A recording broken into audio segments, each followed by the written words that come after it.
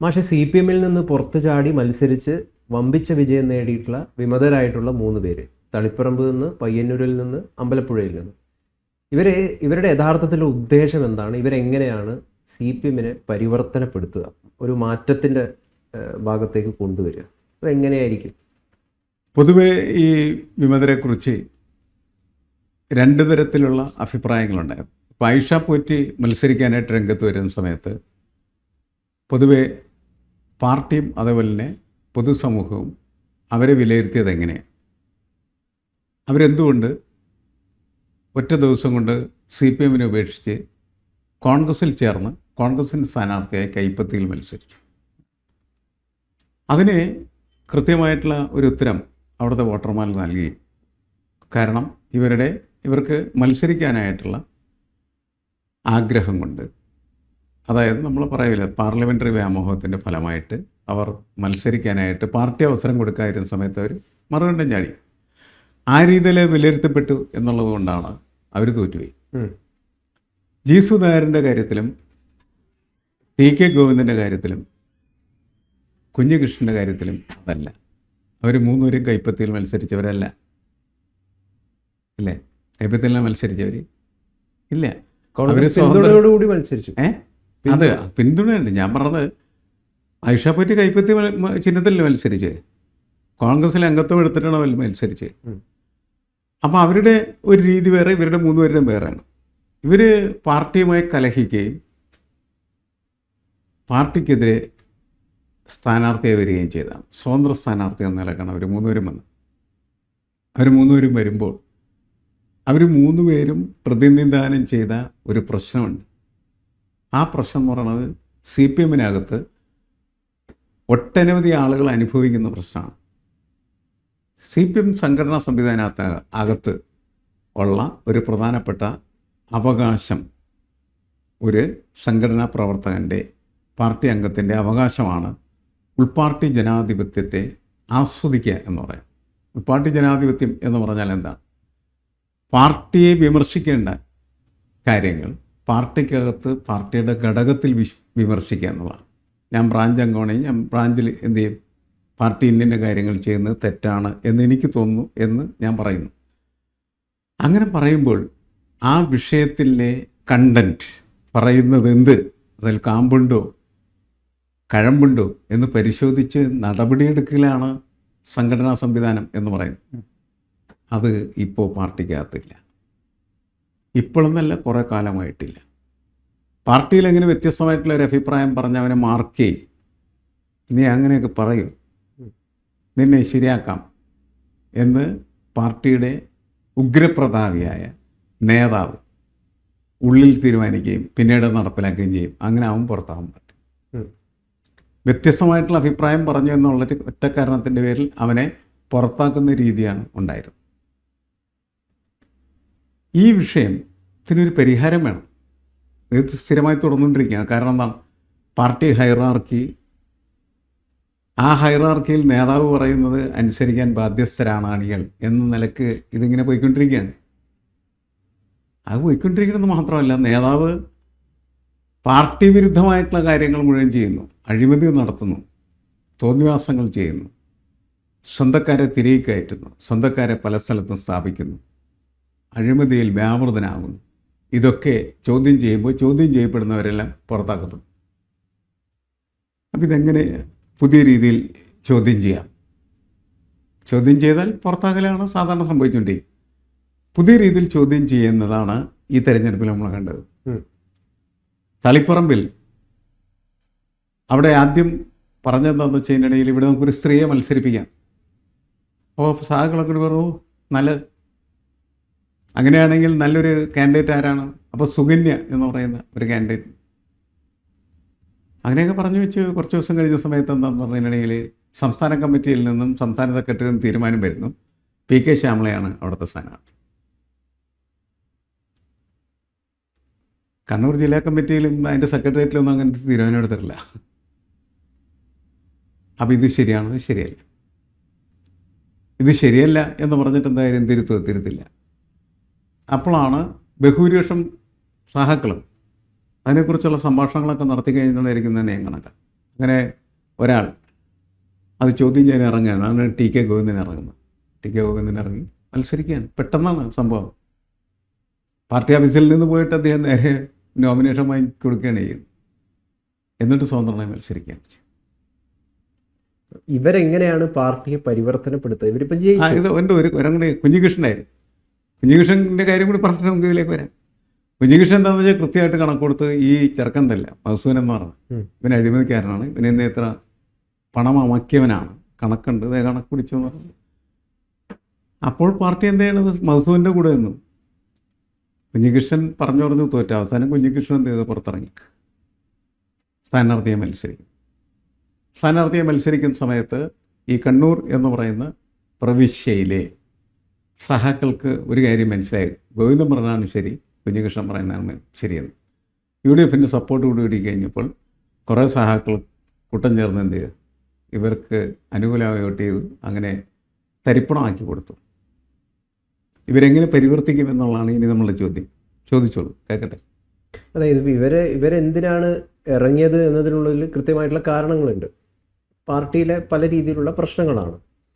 ഇവരുടെ ഇത്തരത്തിലുള്ള വിജയം പാർട്ടി നേതൃത്വത്തിന് എന്തെങ്കിലും ഒരു തിരിച്ചറിവ് നൽകുമോ എന്നുള്ളതാണ്. ആ തിരിച്ചറിവ് ഉണ്ടായെങ്കിൽ മാത്രമേ പരിവർത്തനം ഉണ്ടാകുള്ളൂ. ആ പരിവർത്തനം സംഭവിക്കണമെങ്കിൽ തിരിച്ചറിവ് വേണം, അതിനുള്ള ഒരു നേതൃത്വവും വേണം. അപ്പോൾ പാർട്ടി സെക്രട്ടറി ആയിട്ട് ആരാ വരിക? ആ പാർട്ടി സെക്രട്ടറിക്ക് എന്തെങ്കിലും ബോധമുള്ള ഒരാളായിരിക്കും എന്നുള്ള കാര്യങ്ങളൊക്കെ അപ്പോൾ നമ്മൾ ചിന്തിക്കേണ്ടിയിരിക്കും. ഒരുപാട് തിരിച്ചറിവുകൾ പാർട്ടിക്ക് ഉണ്ടാവണം. കാരണം ഇന്നത്തെ സമൂഹത്തിൽ രാഷ്ട്രീയ അഭിപ്രായ രൂപീകരണം പാർട്ടിയെ സംബന്ധിച്ചിടത്തോളം ഉണ്ടാകുന്നത് ടെലിവിഷൻ ചർച്ചകളിലൂടെയാണ്. 1, സോഷ്യൽ മീഡിയകളിലൂടെയാണ്. 2, ഈ ടെലിവിഷൻ ചർച്ചകളിലേക്ക് പാർട്ടി പറഞ്ഞയക്കുന്ന ഒരു സഖാവ്, നേതാവ്, അയാൾ ശരിയായിട്ടുള്ള രീതിയിൽ വിഷയങ്ങൾ അവതരിപ്പിച്ച് പാർട്ടിക്ക് അനുകൂലമായിട്ടുള്ള രീതിയിൽ അഭിപ്രായ രൂപീകരണം നടത്തുന്നുണ്ടോ എന്ന് പരിശോധിക്കേണ്ട പാർട്ടി. അത് ചെയ്യുന്നുണ്ട്. നമ്മൾ സാധാരണക്കാരായിട്ടുള്ള ആളുകൾ കണ്ടുകൊണ്ടിരിക്കുമ്പോൾ കാണുന്ന എന്താണ്? ഏറ്റവും പൊട്ടയായിട്ടുള്ള അഭിപ്രായ പ്രകടനം നടത്തുന്ന ആളുകൾ, യുക്തിഭദ്രമായിട്ട് ഒരു കാര്യവും അവതരിപ്പിക്കാൻ പറ്റാത്ത ആളുകൾ, വെറും ന്യായീകരണ തൊഴിലാളികളും യൂസ്ലെസ്സുകൾ. അവനാണ് ഇതാണ് CPM എന്ന് കേരളത്തെ പഠിപ്പിച്ചുകൊണ്ടിരിക്കുന്നത്.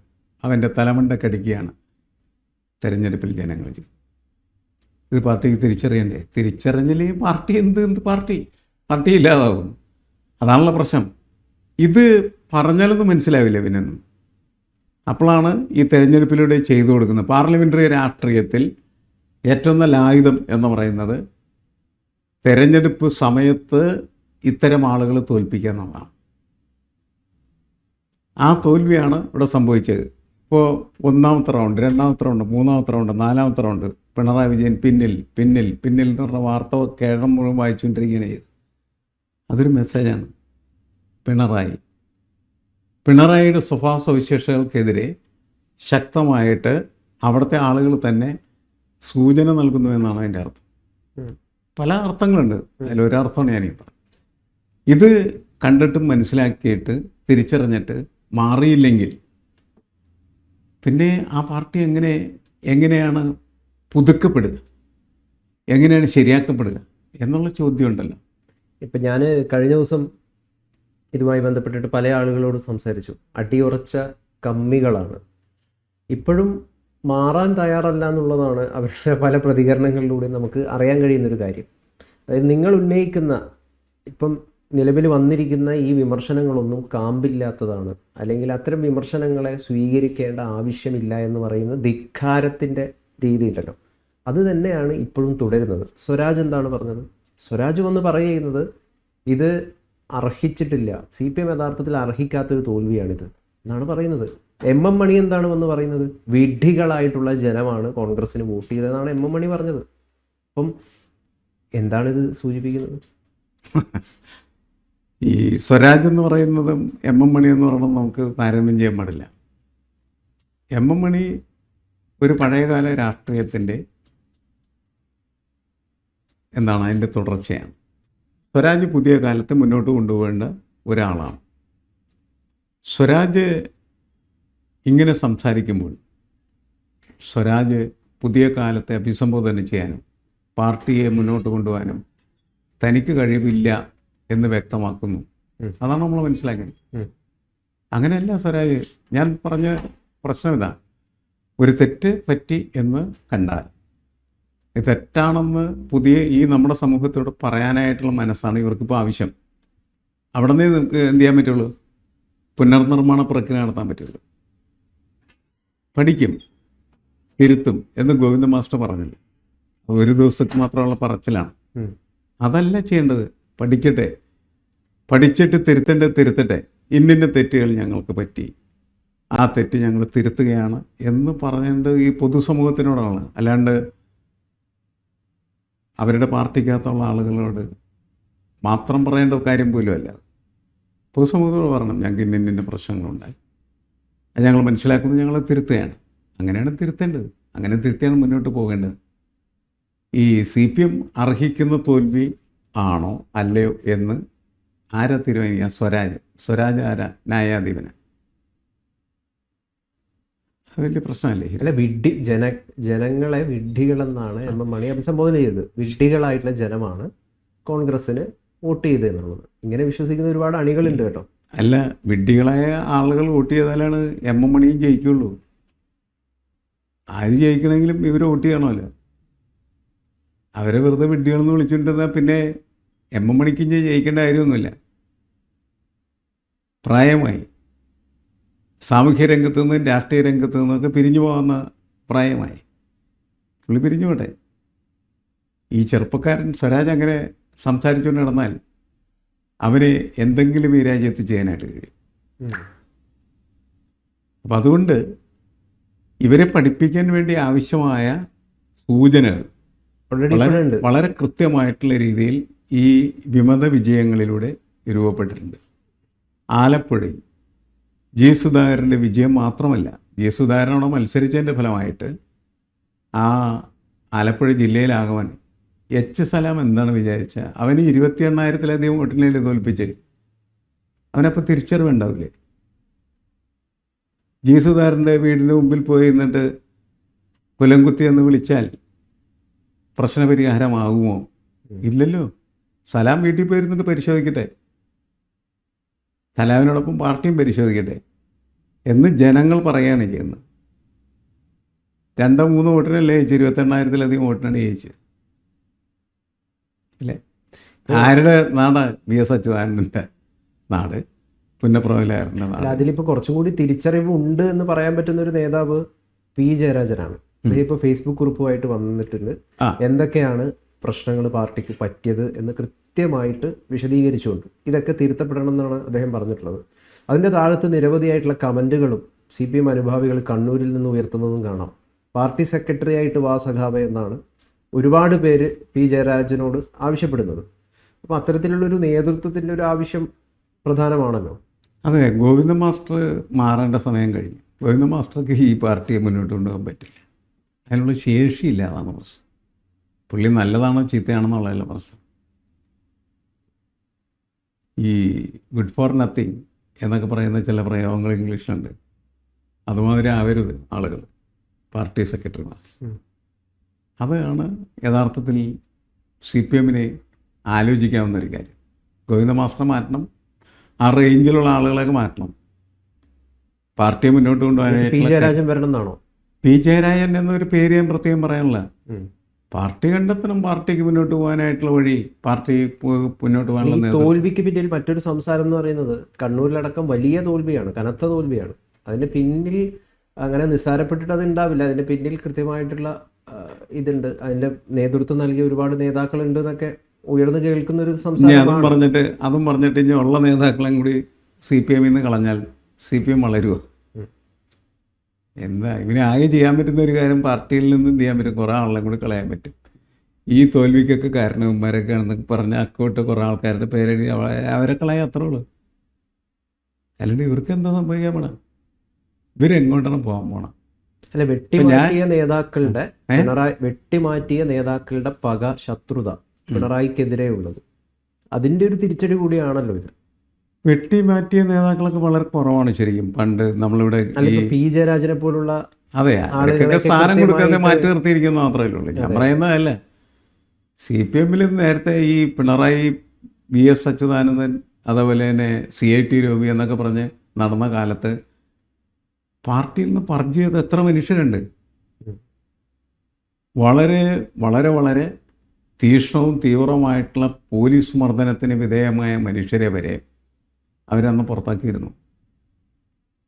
എന്നിട്ടിത് നന്നായി വലുതായി എന്ന് പറഞ്ഞ് നടക്കുകയാണ് ഈ നാണം കെട്ടവന്മാർ. അപ്പോൾ സോഷ്യൽ മീഡിയയിൽ ഉയരുന്ന മറ്റൊരു കാരണം, തിരിച്ചറിവിൻ്റെ ഭാഗമായിട്ട് മനസ്സിലാക്കേണ്ട ഒരു കാരണം, കോൺഗ്രസ് പോലെ ഒരു കുടുംബാധിപത്യം പോലെ ആയിപ്പോയി. മകളുടെ ഭർത്താവിനെ ശൈലജ ടീച്ചറെ വെട്ടിമാറ്റി കൊണ്ടുവരുന്നു. അപ്പം ഈ തോൽവിൻ്റെ തുടക്കം അവിടെ നിന്നേ ആരംഭിച്ചു. പിന്നെ പല പല കാര്യങ്ങൾ കൊണ്ട് അതൊരു ശരിക്കും പറഞ്ഞു കഴിഞ്ഞാൽ യാഥാർത്ഥ്യം തന്നെയാണോ? അതെ, അതൊക്കെ അന്ന് തന്നെ പറഞ്ഞിട്ടുള്ളതല്ലേ, ഇപ്പോൾ പറഞ്ഞതല്ല.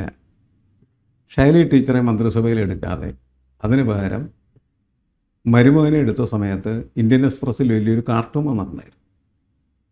ആ കാർട്ടൂൺ എന്ന് പറഞ്ഞാൽ ഇതിനെ വിമർശിച്ചിട്ടുള്ള ഒരു കാർട്ടൂണായിരുന്നു.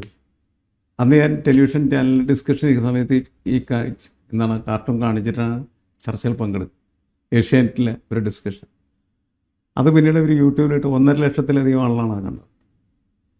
അപ്പോൾ അത് വളരെ കൃത്യമായിട്ടുള്ളൊരു വിമർശനമായിരുന്നു. ആ വിമർശനത്തിന് മറുപടി കൊടുക്കാനായിട്ട് CPM-ന് കഴിഞ്ഞില്ല. അവസാനം വരെ കഴിഞ്ഞില്ല, ഇനിയും കഴിയില്ല. അതൊക്കെ വേണം. കാലം പിണറായി വിജയനെ എങ്ങനെയാണ് ഓർക്കുക? അല്ല, പിണറായി വിജയൻ്റെ ഒരു കാലം കഴിഞ്ഞു. നമ്മളിനി പിണറായി വിജയനെ അല്ല, ചരിത്രം ഓർക്കുമ്പം പിണറായിക്ക് ഉണ്ടാകുന്ന സ്ഥാനം എന്താണ്? അല്ല, പിണറായിക്ക് ഇപ്പം നമ്മൾ എന്ത് സ്ഥാനം ഓരോരുത്തർക്ക് ഇഷ്ടമുള്ള രീതിയിൽ കമ്മ്യൂണിസ്റ്റ് പാർട്ടിയുടെ അന്തകൻ എന്നൊക്കെ പറയുന്ന പേരൊക്കെ ചില ആൾക്കാർ കൊടുക്കുന്നിരിക്കും. അതല്ല ശരി. പിണറായി ഒരു പ്രത്യേക കാലഘട്ടത്തിൽ കമ്മ്യൂണിസ്റ്റ് പാർട്ടിയുടെ കുലപതിയായിരുന്നു. ആ കുലപതി ഏത് കുലപതിയും എന്ത് ചെയ്യാറുണ്ട്? കൊഴിഞ്ഞു പോകാറുണ്ട്. അങ്ങനെ അദ്ദേഹം കൊഴിഞ്ഞു. അദ്ദേഹത്തിൻ്റെ ചരിത്രം അവസാനിച്ചു. 1 ആഴ്ച 2 ആഴ്ച കഴിഞ്ഞ് നമ്മൾ ചർച്ച ചെയ്യുന്നത് ഇതല്ല. പുതിയ സർക്കാരും പുതിയ സർക്കാരിൻ്റെ പ്രശ്നങ്ങളും അവർക്കെതിരെയായിട്ടുള്ള വിമർശനങ്ങളാണ്. അടുത്തൊരു 5 വർഷക്കാലം എന്ന് പറഞ്ഞാൽ കോൺഗ്രസ് നേതാക്കൾക്കെതിരെ വിമർശനത്തിനുള്ള കാലമാണ്. അതാണ് ഈ സാമൂഹ്യ വ്യവസ്ഥയുടെ പ്രത്യേകത എന്ന് പറയുന്നത്. അല്ല, നമ്മളിപ്പോൾ ഇത് ചർച്ച തന്നെ തിരിച്ചറിവിനെ കുറിച്ചാണ്. വിമതർ അതെ, നമ്മൾ പറയുന്നത് എന്താണെന്ന് വെച്ചാൽ ഇതിങ്ങനെ മാറുമെന്ന് പറയുന്നത്. പിണറായിയെക്കുറിച്ച് ചോദിച്ചതിന് പേരിൽ അങ്ങനെ സംസാരിച്ചെന്ന് മാത്രമേ ഉള്ളൂ. വിമതർ ഉയർത്തിയ പ്രശ്നങ്ങൾ എന്ന് പറയുന്നത് വളരെ കൃത്യമാണ്. പാർട്ടിക്കകത്ത് സത്യസന്ധമായിട്ടുള്ള കാര്യങ്ങൾ പറയുന്ന സമയത്ത് അത് കേൾക്കാൻ പാർട്ടിയിൽ ഒരിടമുണ്ടാവണം. പാർട്ടിക്ക് ചെവി വേണം എന്നാണ് അവർ പറഞ്ഞത്. ആ ചെവി ഇല്ലാതെ പാർട്ടി പോയി കഴിഞ്ഞാൽ പാർട്ടിക്ക് മുന്നോട്ട് പോകാനായിട്ട് പിണറായി വിജയനാണ് ലെഫ്റ്റ്, ഞങ്ങൾ കട്ട സഖാക്കളാണ്, യഥാർത്ഥ ലെഫ്റ്റ് ഞങ്ങളാണെന്നൊക്കെ വിശ്വസിക്കുന്ന കുറേ പേരുണ്ട്. ഉണ്ടാകും. അപ്പോൾ അങ്ങനെയുള്ള ആളുകൾ ഭാവിയിൽ BJP-യുടെ വലിയൊരു ശക്തിയല്ലേ? അതെ, BJP-യുടെ മാത്രമല്ല, ഒരു സമൂഹത്തെ സംബന്ധിച്ചിടത്തോളം ആ സമൂഹത്തിൻ്റെ നന്മ നിറഞ്ഞ, പുരോഗതി നിറഞ്ഞ വളർച്ചയ്ക്ക് തടസ്സമായി നിൽക്കുന്ന കോടാലികളാണ് അതിൽ. കാര്യങ്ങൾ തിരിച്ചറിയാതെ എങ്ങനെയാണ് നമുക്ക് സമൂഹത്തെ നന്നാക്കാനായിട്ട് പറ്റും? കമ്മ്യൂണിസത്തിൻ്റെ ഒരു ഐഡിയോളജിക്കൽ പെർസ്പെക്റ്റീവ് എന്ന് പറഞ്ഞാൽ മാറ്റുക സമൂഹത്തെ. നിങ്ങളെന്തിനാണ് സമൂഹത്തെ മാറ്റണം? സമൂഹം ചീത്തയാണ്. ചീത്തയായ ഒരു സമൂഹത്തെ മാറ്റണമെങ്കിൽ ആ സമൂഹം ചീത്തയാണെന്നുള്ള തിരിച്ചറിവാണ്. അങ്ങനെ തിരിച്ചറിയുമ്പോഴാണ് നമ്മളതിനെ മാറ്റാനായിട്ട് തുടങ്ങുന്നത്. ഈ തിരിച്ചറിവാണ് ഇപ്പോൾ വേണ്ടത്. ഇതിനെ മാറ്റണം, ഇതിങ്ങനെ പോയാൽ ശരിയാവില്ല എന്ന മെസ്സേജാണ് കൊടുക്കുന്നത്. അതാണ് ഈ വിമത വിജയത്തിൻ്റെ സന്ദേശം. ആ വിമത വിജയത്തിൻ്റെ സന്ദേശം ഉൾക്കൊണ്ടില്ലെങ്കിൽ സംഭവിക്കാൻ പോകുന്നത് മറ്റൊന്നുമല്ല, അത് കേരളത്തിൽ BJP വളർന്ന് പന്തലിക്കും എന്നുള്ളതിൻ്റെ ഒരു യാഥാർത്ഥ്യമാണ്. ഇപ്പം തന്നെ കുറേയധികം ഇപ്പം നിയമം കിട്ടി, കഴക്കൂട്ടം കിട്ടി, അതുപോലെ ഗോപകുമാറും ജയിച്ചു കയറി. ഇത് യഥാർത്ഥത്തിൽ സഖാക്കളുടെ വോട്ടടക്കം ലഭിച്ചിട്ടാണ് ഇവർ ജയിച്ചിരിക്കുന്നത്. CPM-ൻ്റെ വോട്ടുകളാണ് അവർക്ക് പോയിട്ടുള്ളത്. അപ്പോൾ എന്താണ് യഥാർത്ഥത്തിൽ ലെഫ്റ്റ് എന്നോ അല്ലെങ്കിൽ എന്താണ് ഇത് മുമ്പോട്ട് വെക്കുന്ന പ്രത്യയശാസ്ത്രമെന്നോ അറിയാത്ത ഒരുപാട് അണികൾ ഇപ്പോഴും പാർട്ടിയിലുണ്ട്. ഇവരെ എന്ന് വേണമെങ്കിലും BJP ആക്കാൻ എളുപ്പമാണ് എന്നുള്ളതൊരു യാഥാർത്ഥ്യമല്ലേ? പാർട്ടിയുടെ സ്വഭാവം, അതിൻ്റെ രാഷ്ട്രീയ ക്യാരക്ടർ, അതെല്ലാം കൃത്യമായിട്ട് തിരിച്ചറിഞ്ഞ് ആ ഐഡൻറ്റിറ്റി സമൂഹത്തിനോട് പകരാൻ തയ്യാറാവാത്തടത്തോളം കാലം ഈ പാർട്ടിയെ ആളുകൾ ഉപേക്ഷിച്ച് പോകും. അപ്പോൾ അവർക്ക് കയറിയിരിക്കാൻ ഒരു ഇടം വേണം. അവരപ്പോൾ BJP കയറും. കോൺഗ്രസ്സിലേക്ക് കയറാനുള്ള സാധ്യത കുറവാണ്. കാരണം അതൊക്കെ ഇങ്ങനെ ഇവിടെ ദ്രവിച്ച് തീരാറായ സാധനമാണ്. അപ്പോൾ അതുകൊണ്ട് സ്വാഭാവികമായിട്ട് അവർ ബി ജെ പിയിലേക്ക് കയറും. അങ്ങനെയാണ് ബി ജെ പി വളരുന്നത്. നമ്മൾ ഈ ബംഗാളിലെ കാര്യം പരിശോധിച്ചാൽ അതാണ് സംഭവിച്ചിരിക്കുന്നത്. വേണമെങ്കിൽ കേരളത്തിൽ സംഭവിക്കാൻ കുറേ കഴിയും.